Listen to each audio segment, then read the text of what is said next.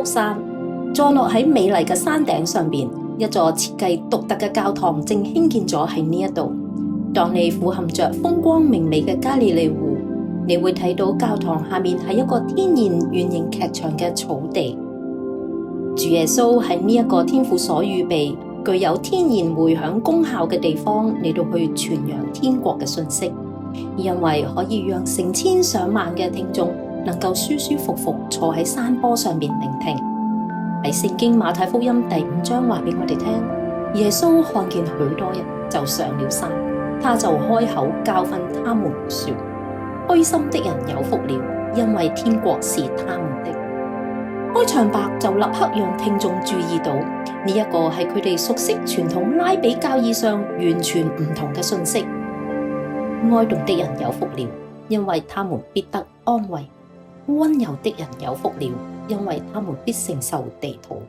耶穌教導喺呢個世界上，唔係要我哋成為一個有影響力嘅人，或者係一個強者，而係要我哋有內在嘅溫柔，先至可以承受地土。飢渴慕義嘅人有福啦，因為他們必得飽足；清心的人有福啦，因為他們必得見神。哇！我哋真係可以見到神嗎？係，按照主耶穌嘅教導，當我哋向神清心嘅時候就可以啦。使人和睦嘅人有福啦，因為他們必稱為上帝嘅兒子。為義受逼迫嘅人有福啦，因為天國係佢哋嘅。就係好似2000幾年前一樣，今日有好多唔同國家嘅信徒嚟到呢個山頂參觀百福山教堂，重新回想耶穌嘅教導。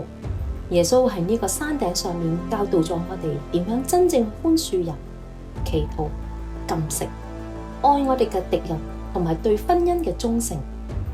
喺呢笪嘅地方裏邊，帶領我哋朝向過一個幸福又蒙福嘅生活。喺呢度，佢為卑微嘅人、受苦嘅人提供咗真正嘅盼望，以及所有人知道自己需要帶着謙卑嘅心嚟到上帝面前嘅人。當你參觀百福山嘅時候，你可以睇到一個好靚嘅景色，你可以喺莊嚴嘅教堂裏邊祈禱，你亦都可以漫步喺美麗嘅花園中，默想耶穌登山寶訓嘅教導。讓上帝嘅話語嚟引領我哋過一個得勝嘅人生。願上帝賜福大家。多謝你收睇。